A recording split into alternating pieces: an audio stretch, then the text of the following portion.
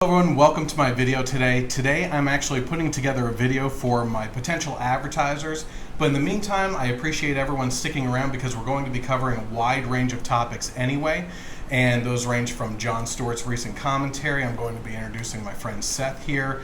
We're going to be talking about the DNC Convention and also some other things. So I want you to stick around. It's going to be a great show. It's going to be full of dummy placements of advertisers to get people interested. So without further ado, let's get into the show. This half hour is brought to you by AP Realtors. Are you looking for a home in the Lehigh Valley? Voted among one of the best places to live in the country? Patrick has been the top agent for C12 for 6 years running, and now his wife Alicia has joined his team, and they are ready to put you in your dream home. Call them at 888-555-6161 now and tell them that the Generation Y Conservative sent you. This show's full-hour video, available on the Generation Y Conservative YouTube channel, is brought to you by the Lehigh Valley Big Chevy. Are you looking for a new sports car?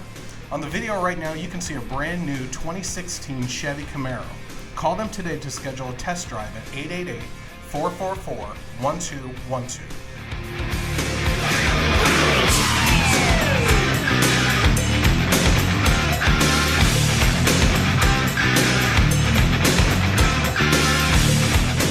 I want to welcome everybody to the Generation Y Conservative radio show. Today I'm joined by my friend Seth.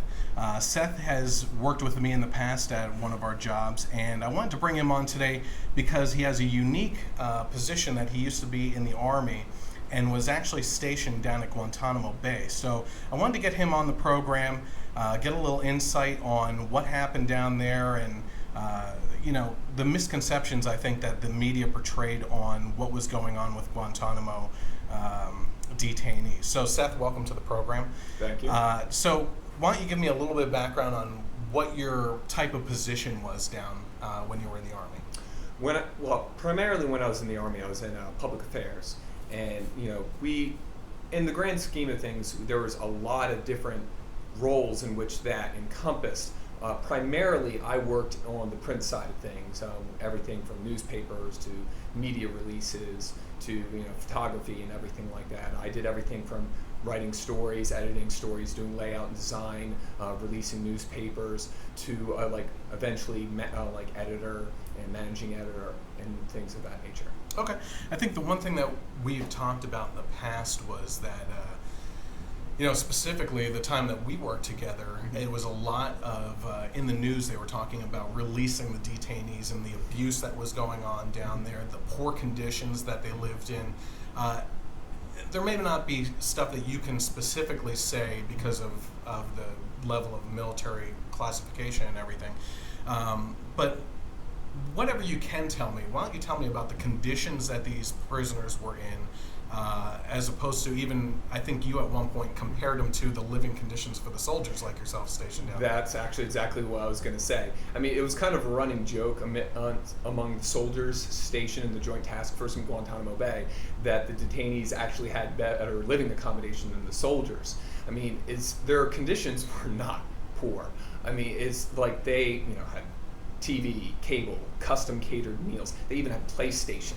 I mean, it was not poor. I mean, a majority of the Joint Task Force at the time I was there, we were in little metal shacks and stuff like that, in which our walls were basically shower curtains we purchased at the commissary to give ourselves some privacy and stuff like that. I mean, the conditions for the detainees were actually rather nice. And I had the privilege of actually going into camp somewhat regularly because I had the clearance, amongst the public affairs unit there to go there, and they were in very good condition. They were not poorly treated. The only people who could be perceived as being in less than grand condition were the ones who were detainees who are actively trying to hurt the guards. And at that point, they have to be put in accommodations that will prevent them from being able to wander the camps. Exactly. Right. It's not like they were tied down or bound or anything like that, but they were not in these open spaces where they could play soccer and stuff like that. Okay. I think one other thing that I remember you saying to me was that the news coverage, the media coverage of Gitmo, and the living conditions that they were in was a coverage of a different area of the Gitmo prison. Early on in the stories, the photos that were released were of a place called Camp X-Ray. Okay. And Camp X-Ray was not where they were staying. It was actually an old, abandoned, unused camp from back during the Cuban mass migrations. So these photos, I remember when they first went up, we were all just like, are you kidding me? No one's there. we were in shock because it was like, wait, did they pull these up on like from some ancient photos or something like that and just make an assumption that this is where they are? But yeah, it was this huge just misconception based on bad information. So with you being, I'm guessing you were in a military press, right? Yes. So how much, it seems like from what you're telling me, that there wasn't that much influence from the military press into what the American press was covering. I mean, if these photos were coming as a shock to you from Camp X-Ray, that why would they be showing this instead of what the actual conditions are? Obviously, there had to be some sort of disconnect here, right? Well, initially when we were brought there, I mean, most bases, posts, and whatever, depending on whether it's Army, Navy, or whatever, have their own kind of internal newspaper and stuff like for keep the soldiers and the civilians working there informed about like everything that's going on, and that is what we were initially brought on to run and operate, and then everything started to escalate and everything like that, and there was a lot of desire amongst the people in my unit to be able to address what's going on, but they did not wish us to cover that. And it's not something I can speak to specifically. Right. I'm like at the time I was there, I was not in a command position, so I was not privy directly to the conversations that led. But we were told specifically not to address things like the commissions process, like the detainee operations and everything like that. Okay. We have some extra time before we get to the commercial break, and I think we covered basically everything on that. I mean, here we have terrorists that are being kept in probably better conditions than most regular criminals here in the United States. Better conditions than what you guys as soldiers were receiving watching over this place. And they had luxury items like the PlayStation, TV, any internet at all, or no? Not that I'm aware of. Okay. So either way, they get a TV. I mean, they're kind of living large compared to in our prisons back here where they'd have to go to a room to watch it all together and everything. Here's what I'm most concerned about with what we have going on in this country right now, and it pertains to the military. Do you have friends that are still in the military serving? Yes. Okay.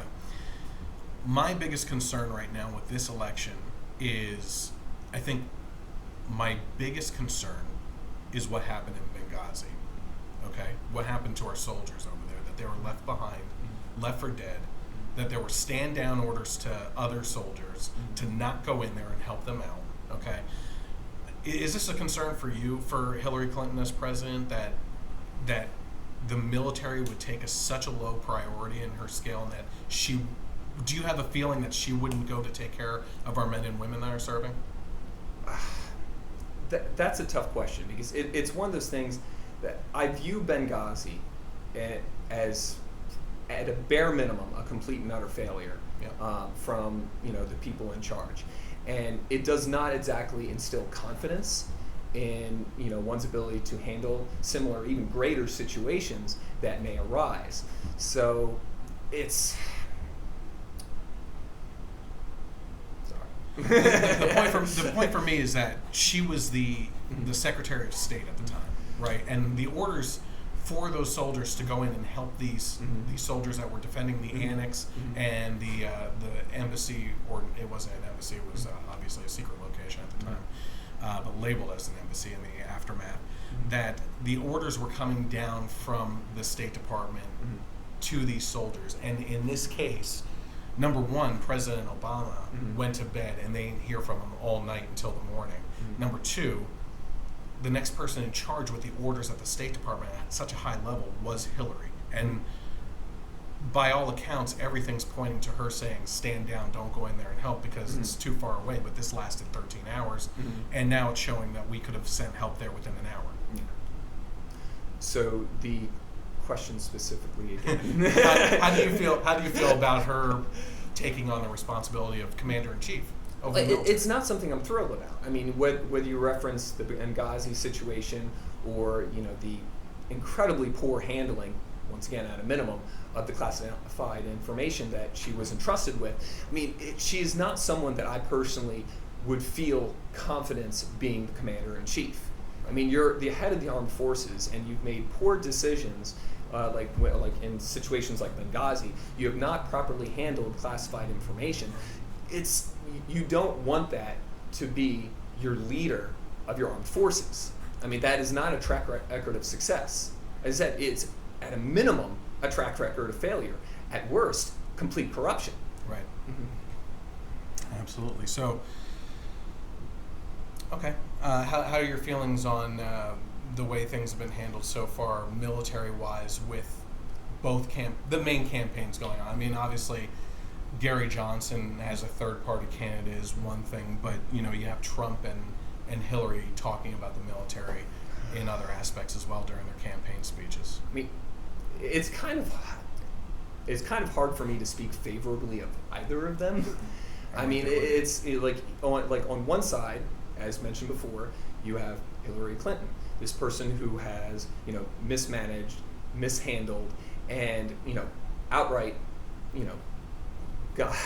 had not particularly good relations with other great world powers. Right. And then you have Donald Trump, who on one cusp will say one thing and then dial back, say completely another. I mean, that's a political political nightmare. On top of that, I mean, what are the countries going to expect of us with someone who is that emotionally unstable, who changes what they say at any given moment? I mean, at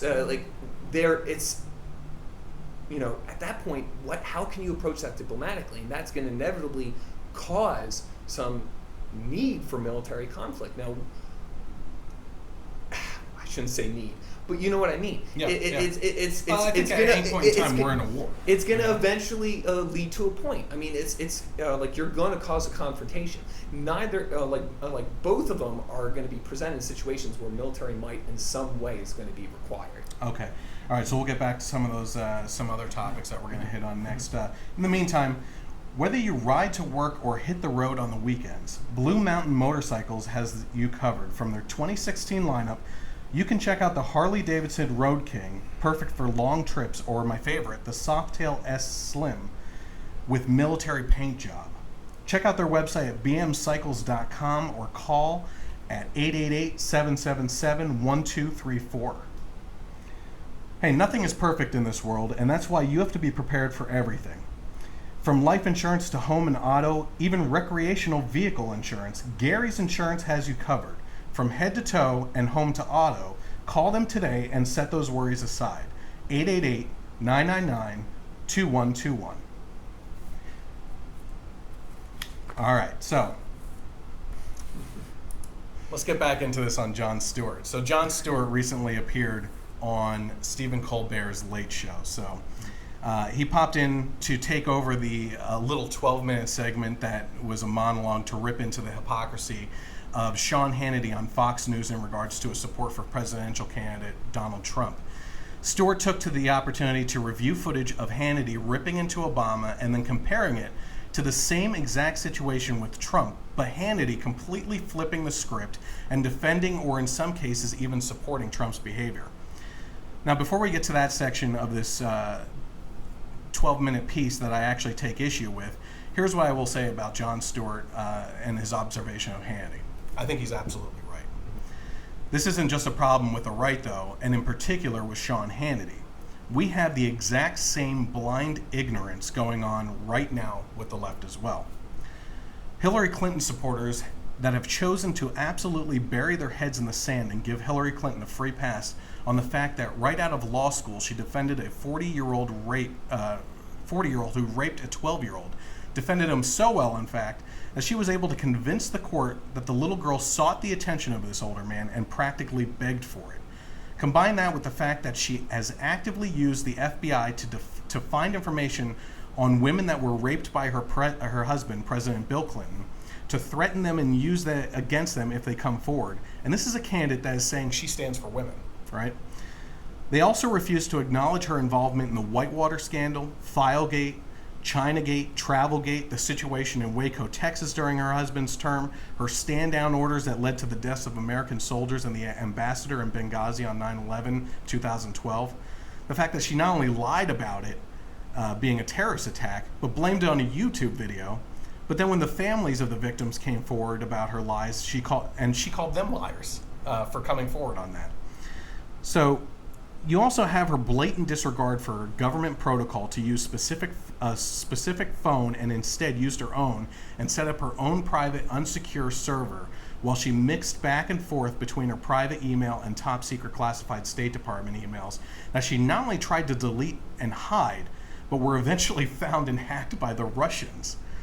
Even the Clinton Foundation, which was supposed to be a charity to help around the world, has been under investigation lately for donations from countries around the world that appear to be used more for funding her campaign and as favors while she was in the State Department than it was used for charity work.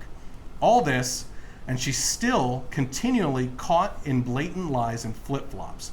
Look at her stance on gay marriage, for instance. In the early 90s and early 2000s, she was saying that she was against gay marriage, that it was a sacred, holy union between a male and a female. And now she's coming out and saying that she's for gay marriage. And she's actually been interviewed in some cases by reporters who call her out on it and say, you used to say this, but now you're saying that you're for gay marriage. What happened? She has scolded those people for saying that she was against it. And she actively says that she was not against it when we have video to prove it, right? So if you want to know more about Hillary Clinton, I actually did a pretty good video on YouTube called The Generation Y Conservative Analysis of Hillary Clinton, so you can check that out later as well. Let's get back to this video, though. So Jon Stewart goes from ripping into Sean Hannity to scolding the right on their political rhetoric and behavior at the RNC convention floor, where he said this. You just want that person to give you your country back because you feel that you're this country's rightful owners.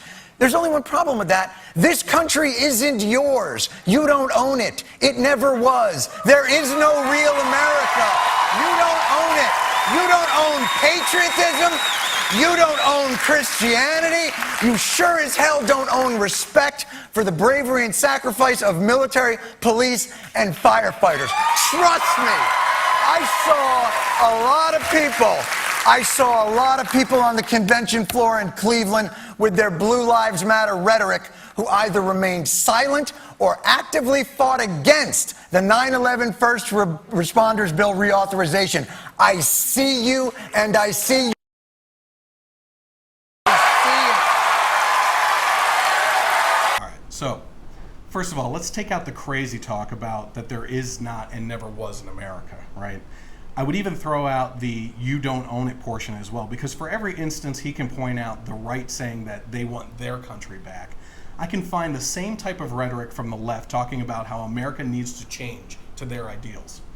So he says, you don't own patriotism, you don't own Christianity, you sure as hell don't own respect for the sacrifices of our military, police, and firefighters. This is where I take issue with what Stewart was talking about here. The right has never laid claim to patriotism, but when the contrast is with the left, who constantly compares America's blemishes to that of other countries in regards to healthcare, violence, government assistance, wealth redistribution, education, and taxation, then yes, the right seems a little bit more rah-rah-rah about being proud about America. The right hasn't laid claim to Christianity either. As a matter of fact, they try to share it with as many people as possible. That's kind of the point.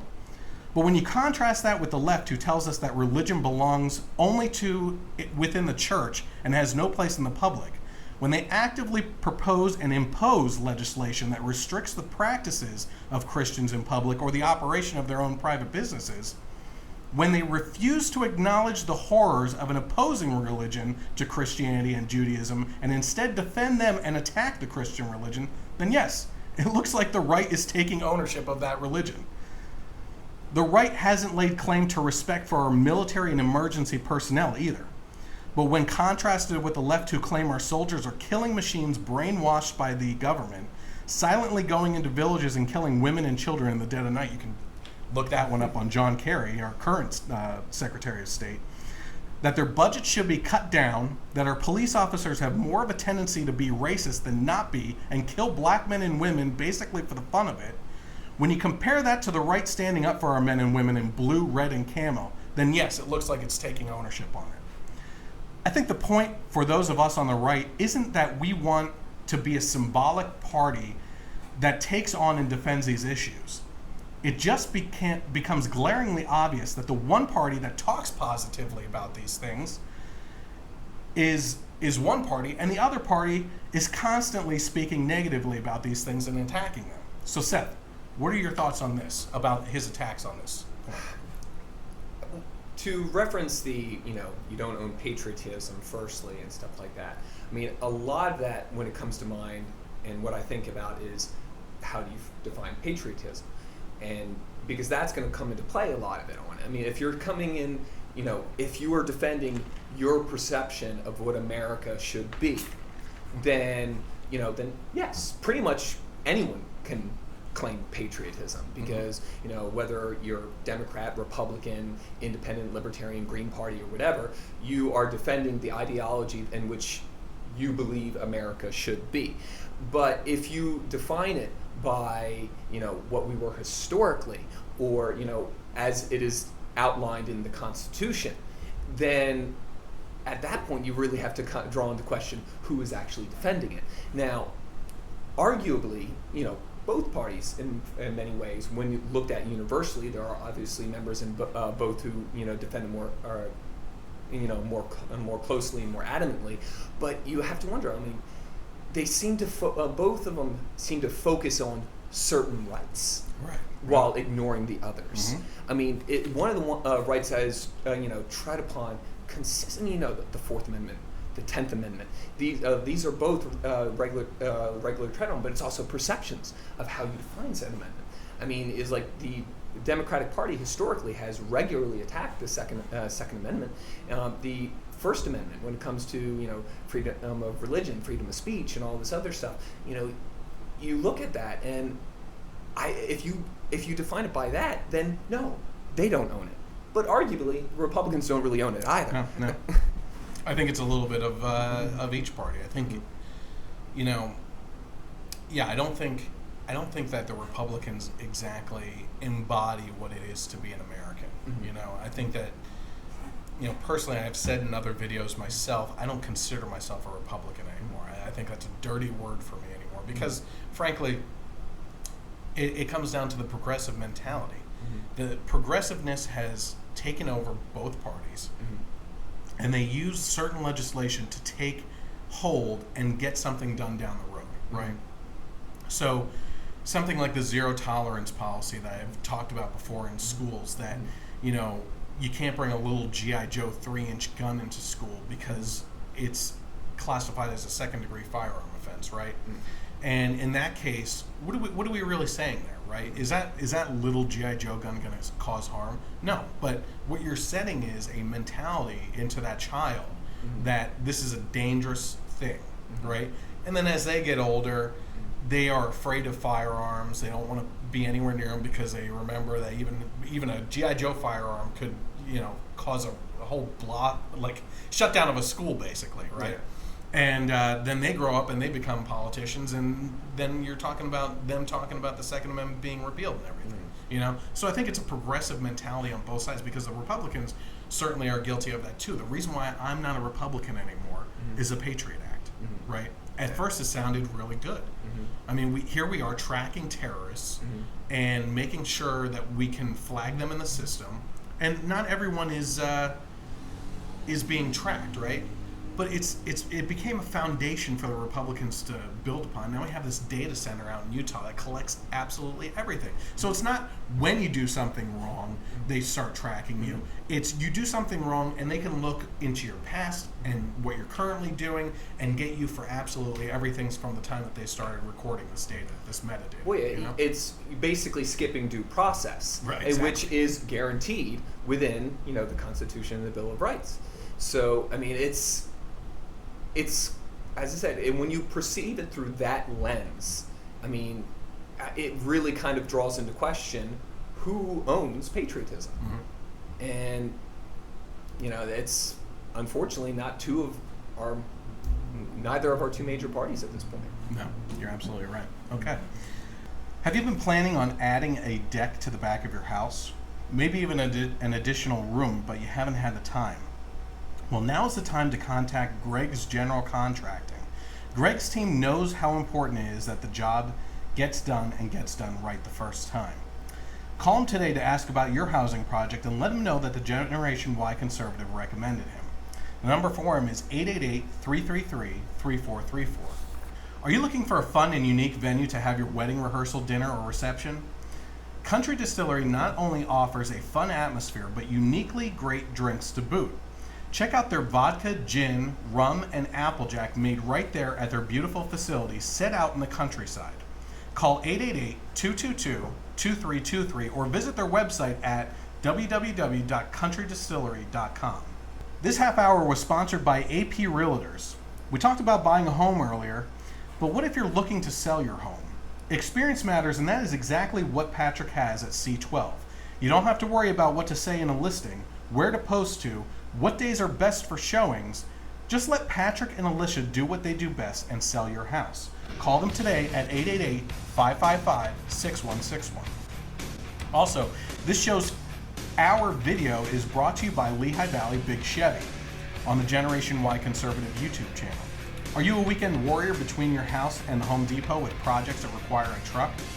Right now on your screen, you can check out the 2016 Chevy Silverado, and then you can call them for a test drive at 888-444-1212.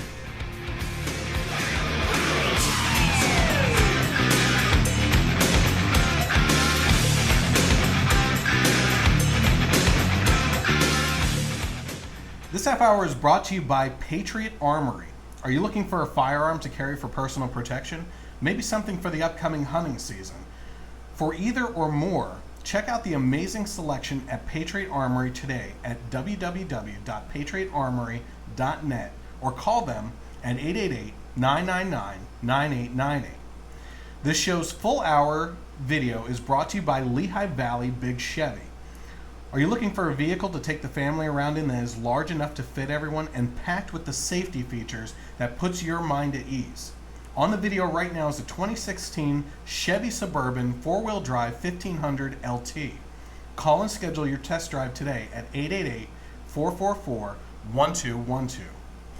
Hello everyone, welcome back to the Generation Y Conservative Show. I'm your host Chris. I'm joined by my friend Seth, who in the last half hour detailed his experience in the Army down at Guantanamo Bay. We also discussed Jon Stewart's commentary on the Stephen Colbert Late Show and his statements that the right doesn't own patriotism, Christianity, and the respect for our military police officers and firefighters. I certainly had a lot to say about that. We are moving on to the debacle that was the Democratic National Convention, which appeared to implode before the first day on the floor. First of all, this was a bitter battle between the candidates Hillary Clinton and Bernie Sanders for the nomination of the Democrat ticket for President of the United States. It appeared that Bernie had a lot more support from the people of the United States and certainly provoked a more passionate response from his supporters than the lackluster showings the Clinton supporters would put on. I think it was a surprise that Hillary ended up with the nomination for most because of the perceived support levels if you weren't in the know on why she was pulling ahead. So before the convention even started, you had the head chairwoman of the DNC, Debbie Wasserman, what I call Wet Poodle Schultz, who tweeted during the RNC convention, "Hey Reince," Reince Priebus, who heads up the RNC, "I'm in Cleveland if you need another chair to help keep your convention in order. Hashtag RNC in CLE Cleveland." This was immediately met within the minute with a tweet from WikiLeaks that said, at DWS Tweets, which is Debbie's account, "You're going to regret this tweet next week." And regret it she did. WikiLeaks had hacked the DNC server's emails and dumped a ton of information that pointed to the absolute hypocrisy of the DNC, as well as emails that proved certain things, like the fact that the DNC was actively working with Hillary Clinton to ensure that she was the nominee for the party, something that Sanders supporters should be absolutely livid over. And now we know why. Despite the hype and number of supporters for Bernie, that Hillary ended up with the nomination. Funding, media exposure, and some political backpatting can obviously mean the difference when it comes to getting that nomination. Those emails that showed Debbie, there were emails that showed Debbie saying, and I quote, "She doesn't want the people knowing about her relationships on Wall Street. She wants to maintain consistency, and the best way to do that is to keep people ignorant." After all they do to go after the right and Trump on their connections with Wall Street, this I find absolutely amazing. There was also an email where Latino voters were referred to as Taco Bowl voters that was seemingly a response to Donald Trump's Cinco de Mayo tweet of him eating a taco bowl. Yes, the Republicans are the party of racism right there. This all quickly led to Debbie Wetpoodle resigning her position as DNC chairwoman before the convention even started. And wouldn't you know, within hours, who picks her up? Hillary Clinton. Hillary Clinton's campaign makes her the honorary chair of the campaign within hours, just proving that corruption attracts corruption. When the doors to the convention finally opened, a large portion of the delegation that supports Sanders walked out. Seemingly anticipating this, the DNC put an ad out on Craigslist paying for people to come and fill those vacant seats and cheer for Hillary and the speakers. This whole thing was one big debacle, and the icing is the absolute fakeness of the showing. It was all a big production and a staged show. Seth, did you catch Hillary's speech at the convention, specifically when she gave a shout out to Bernie Sanders and the look on his face? I swear, he was about to whisper, "You are so full of crap," and I don't mean crap. And, it was just unbelievable. Well, to be perfectly honest, I couldn't make it through the Democratic National Convention. It lasted maybe 5 minutes before I couldn't tolerate watching all the, micromanagement, control type rah-rahs. But, so no, I did not have the pleasure. There was just so much that was going on with this at the time. I mean, first of all, let's talk about Bernie Sanders and his supporters. I think that the Sanders supporters were absolutely screwed in this, and not that we or you and I would side with Sanders supporters on the issues or anything, but I think everybody was looking for a fair election this year, right?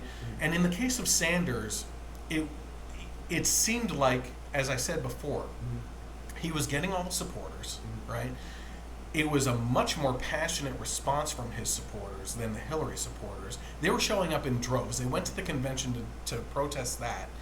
And I was actually personally surprised that he dropped out before the convention. Were you surprised at that? Yeah, considering how long he stuck it out, given the numbers as they were being reported, he really did seem like he was going to stick it through all the way to the end. I think another thing that I always point out about Bernie Sanders is once again, even though I disagree with him, I have to say he was honest.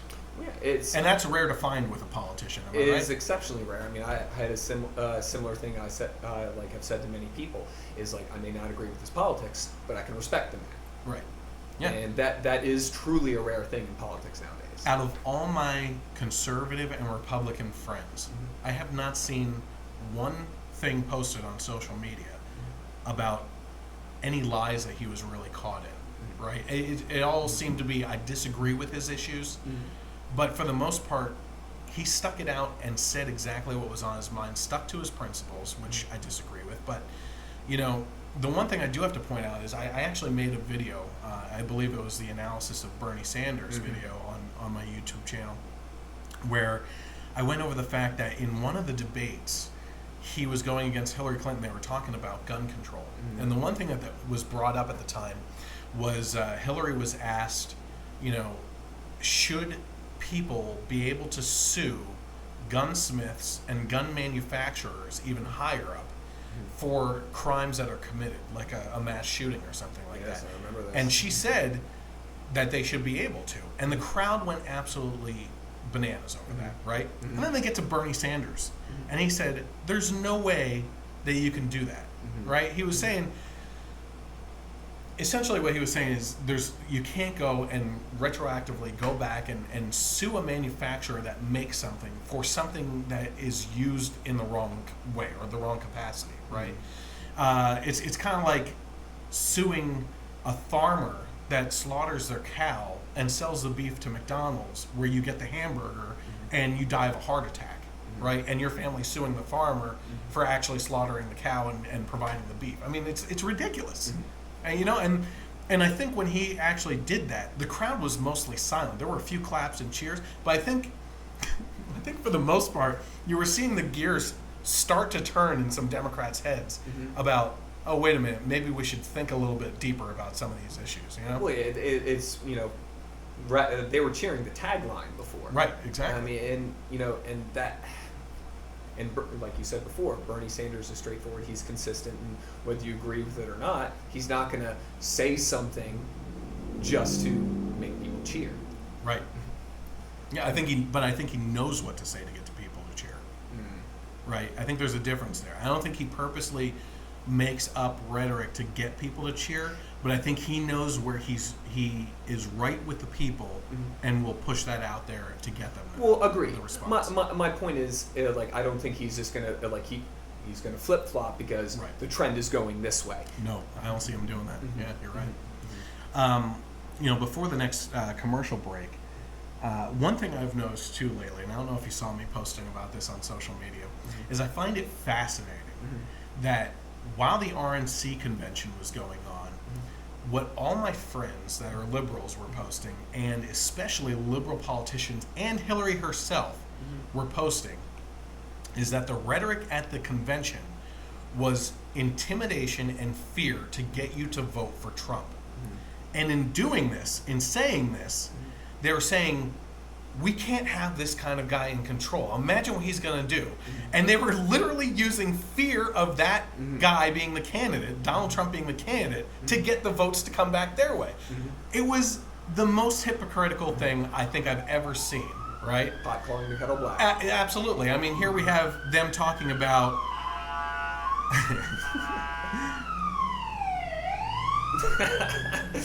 Here we have them talking about. They're on to us. Yeah. We have them talking about him using fear to get the votes, and they turn around and use that as fear to get the votes themselves.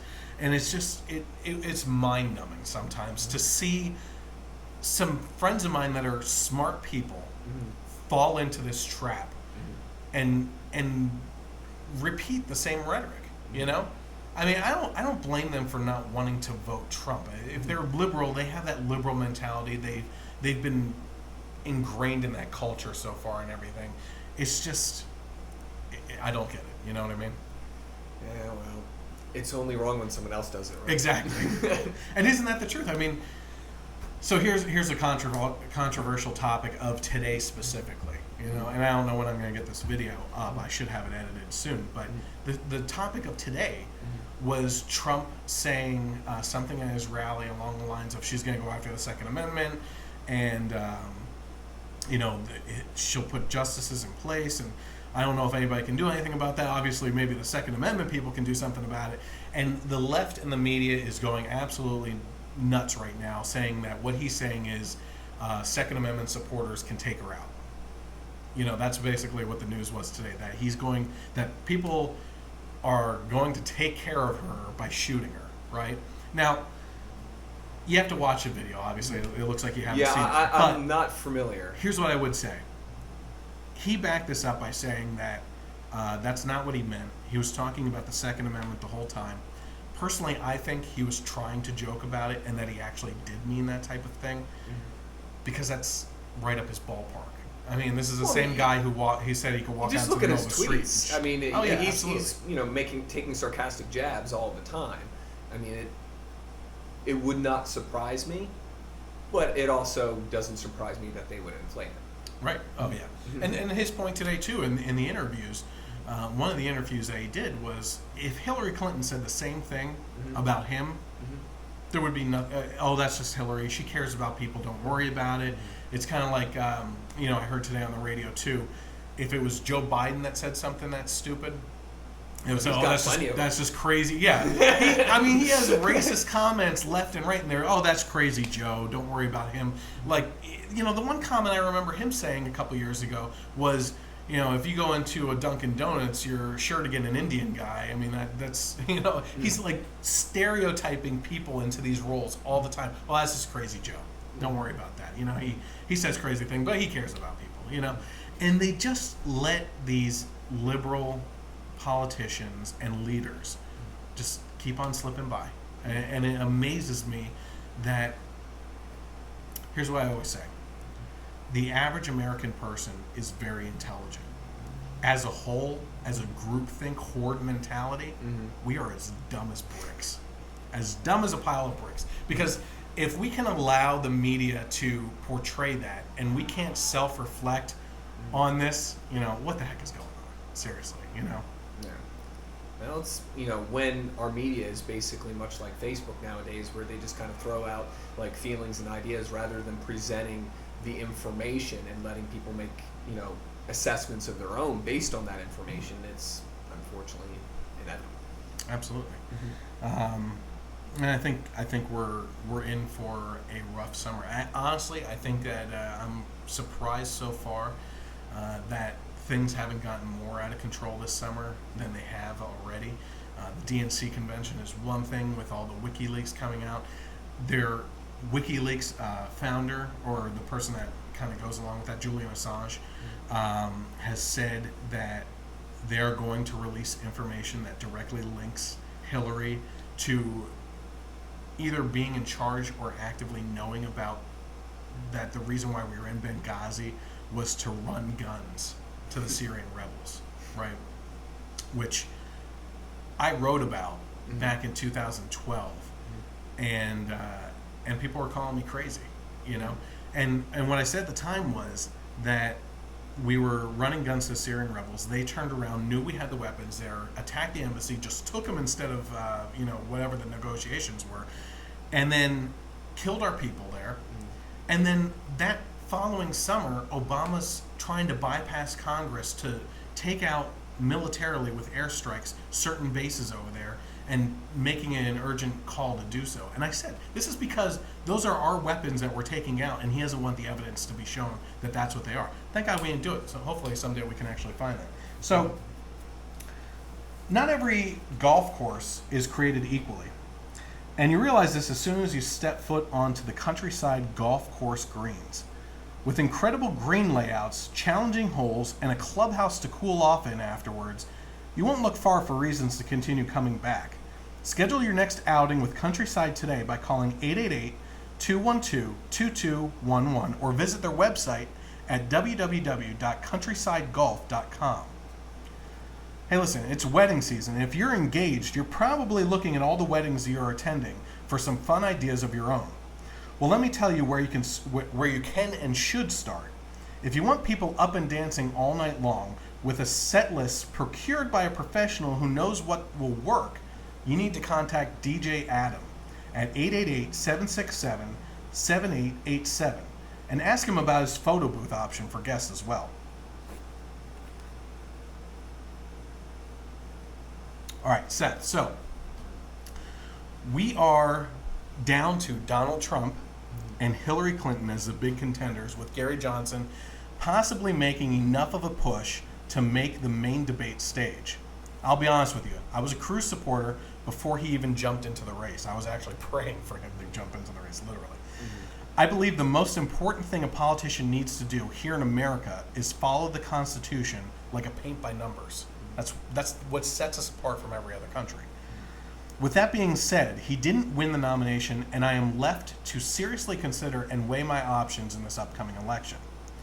I know for a fact how corrupt Hillary is, and her presidency would be the Clinton presidency scandals galore 2.0, right?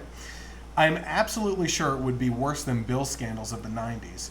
Couple that with the fact that she would appoint a progressive liberal justice to the Supreme Court to serve possibly 40 plus years to replace Justice Scalia, and the opportunity to replace up to 4 more justices who are near retirement.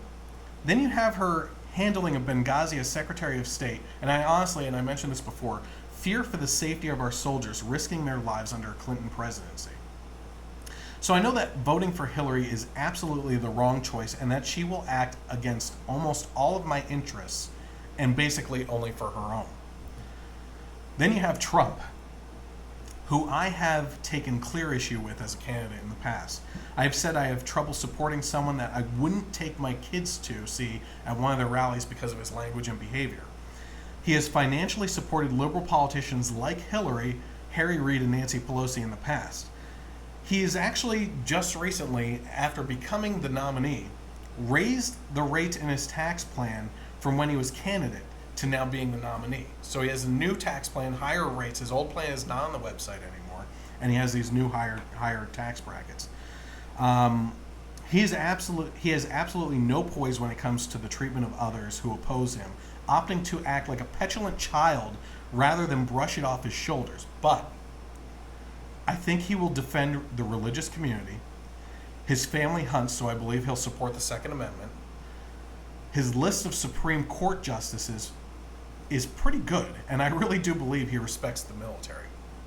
So in the end, I know what I'm getting with Hillary, but I can roll the dice and take a gamble on Trump, which is what I'm going to do. I'm going to vote for Trump because of the Supreme Court and our military. I believe that a lifetime term for a Supreme Court justice is more important than 4 to 8 years of a presidency, and I think we have a clear choice on who to put in charge of our military men and women who will protect their interests. In regards to Gary Johnson, I believe I'm more of a constitutionalist and libertarian than I am Republican. I absolutely despise being called a Republican. I mentioned that earlier as well. But I believe that there are a couple big issues I take with Johnson on what he thinks is libertarian, when in fact they are not libertarian positions. Which is why he himself has said that he aligns with Bernie Sanders in political alignment tests by about 73%. In this pre-debate summer so far, where do you currently fall on who you're voting for, why, and what are you expecting from these candidates this fall leading right up to the election? Well, we'll take care of the big one first. At this point, I'm voting for Gary Johnson. I mean, there are many things that I agree with him on, some things that I don't agree with him on. But I mean, I know it's sad to say, but it's probably the biggest thing is I can't support Trump. Mm-hmm. I can't support Hillary. And what are your reasons for not supporting Trump? Trump, part of it is just the fact that there's a lack of moral ethic. I mean, it's one of those things, a lot of people have said, no, once you get to know him, he's a great guy. And you know what? I don't doubt that there's some truth to that, but with the way he carries himself, it is hard to believe. And combine that with the fact that with the way he presents himself, you look about how we're going to interact with the world. It's not a positive thing. I mean, like you said, he attacks, he takes jabs at anyone who opposes him. How is he as a leader going to interact with the rest of the world like that? Well, and I think I've brought up that point many times with some of my friends that are Trump supporters. I have a lot of Trump supporting friends.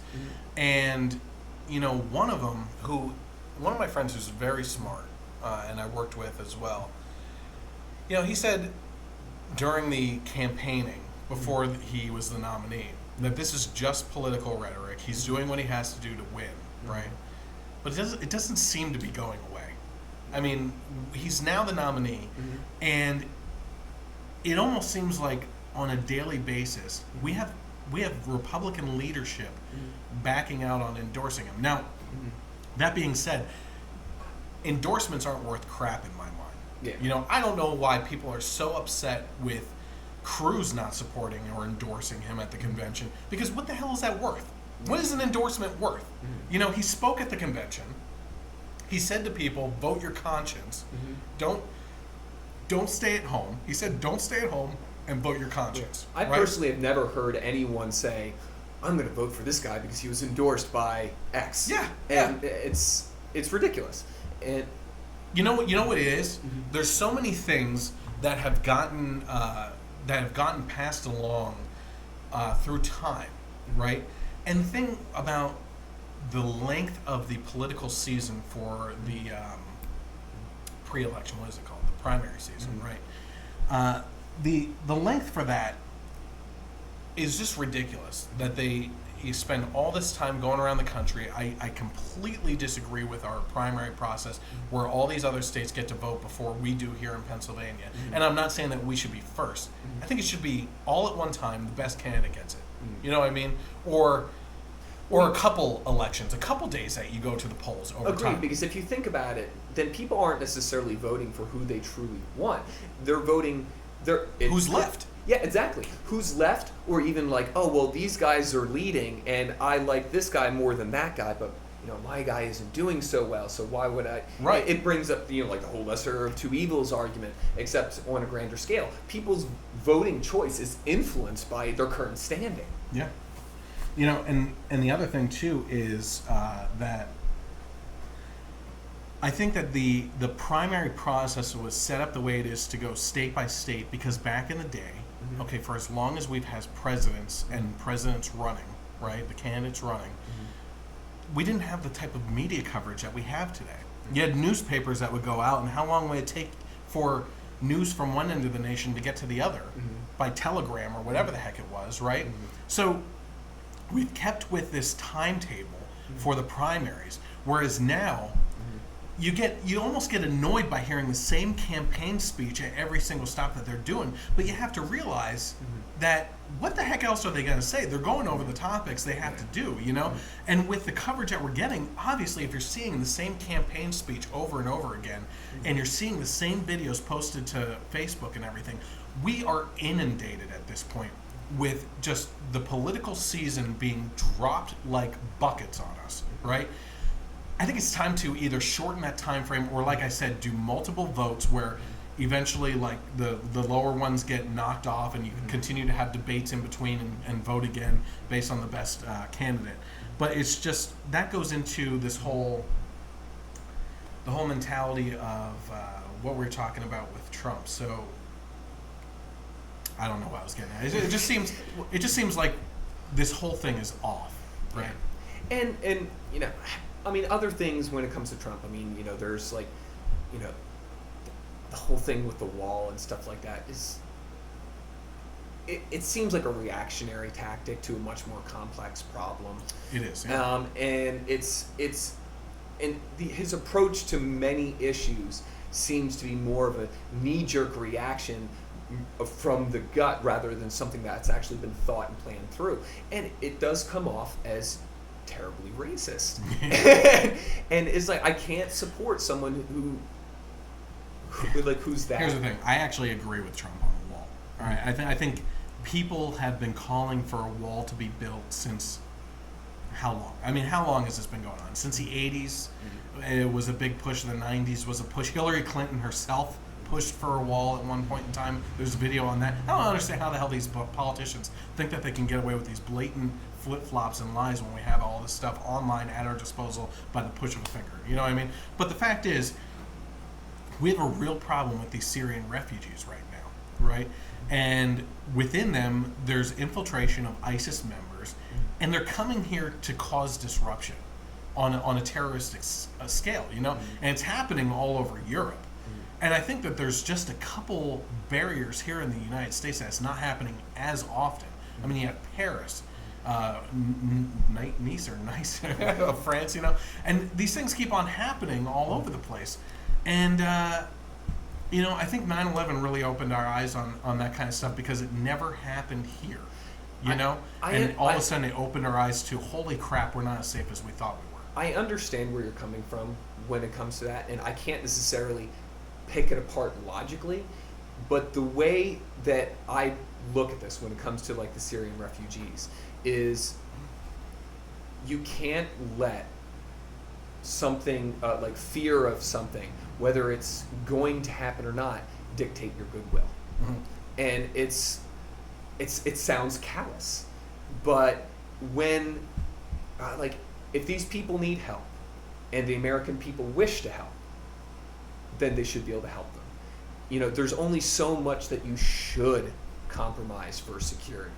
And I'm not saying that we should go up and like, here, dump all this money into helping all these Syrian refugees. Personally, the way I look at it is we should not be spending money we don't have doing doing these people. That's not the government's role. But if an individual wants to help, if have programs where you can donate money to help helping the refugees, whether you're donating time, money, a place to stay or whatever, we should be allowed to help these people. And yes, there is we've seen it around the world. There is a danger with that. But if you lock yourself out for fear of what could happen, instead of helping people in need, then at best your goodwill is when it's convenient. Yeah, I don't know. I mean, to me, one of the best options I heard was actually that one of the best things that one of my friends said, this wasn't one of my ideas, is that we should take retired cruise ships, send them over into the Mediterranean and load the refugees on those and keep them over in that area and have our military personnel watch over them there until things settle down. That seems awfully callous. Well, the thing is, how do you keep track of all these people? I mean, I am saying take care of them, right? But we can't just be flooding these people into our culture, and in a lot of cases, them not wanting to assimilate into the culture. Right now, Europe is dealing with a big problem of Sharia law. Like, there's sections of London or of England where Sharia law has taken hold, and cops will chase people in cars into those areas and then just turn around because they know that they basically don't have any jurisdiction there. And that's kind of what we're facing. So we have about 2 minutes here. So go ahead. All right. Well, since we have 2 minutes, what do you mean? Well, we've gone on Trump. I mean, Hillary, I could rant on for hours. I completely disagree with her politics. So I'll just kind of talk real quick on the points that I like about Gary Johnson. I mean, one the smaller government, the less intervention. I mean, you look at the many different areas in which the government expends and stuff like that. Military, war on drugs, and all this other stuff. Reducing the government, bringing money and agency back to the people. I mean, his stance where the military is there to defend us, and we shouldn't be playing world police and stuff like that. We shouldn't be intervening in other people's conflicts, not only because it costs us lots of money that we don't have, but because a lot of the times it doesn't improve anything. If not, it makes us new enemies. And come up with the less taxes, the less crushing regulation that has been crippling our economy for a long time. I agree with him wholeheartedly when it comes to his financial stances. And I agree to a smaller point with some of his social stances. And as I said, this could be a very long conversation. I'm summarizing it really poorly, but he is easily my best match candidate for this election. All right. Well, I want to thank Seth for joining me today. If you're interested in following me on social media, that's the Generation Y Conservative on Facebook, at Gen, G-E-N-Y Conservative without the E, so G-E-N-Y-C-O-N-S-E-R-V-I-T-I or T-A-I-V on Twitter, or YouTube at youtube.com/Gen Y Conservative. Also, if you're considering advertising on my show, I appreciate you taking the time to see this video, and I hope that I can bring you more business in the future. This half hour was brought to you by Patriot Armory. So you have your gun, which, let's be honest, you can never have enough, right? The next thing you need to do is learn how to shoot it. Well, the Patriot Armory has you covered. Every Wednesday night is a firearm safeties class, as well as other events scheduled throughout the year to attend. Call them today to sign up for their next firearm safety class at 888-999-9898 or on their website at www.patriotarmory.net. Don't forget, you can watch this whole show on my YouTube channel, sponsored by Lehigh Valley Big Chevy, where right now on the video you will be seeing a 2016 Chevy Express cargo van. Now, if you're a business owner, imagine your business's name across that as you take it to jobs. Call them today to schedule a test drive at 888-444-1212. I'm the Generation Y Conservative. Thank you for tuning in. Have a great night, and God bless America.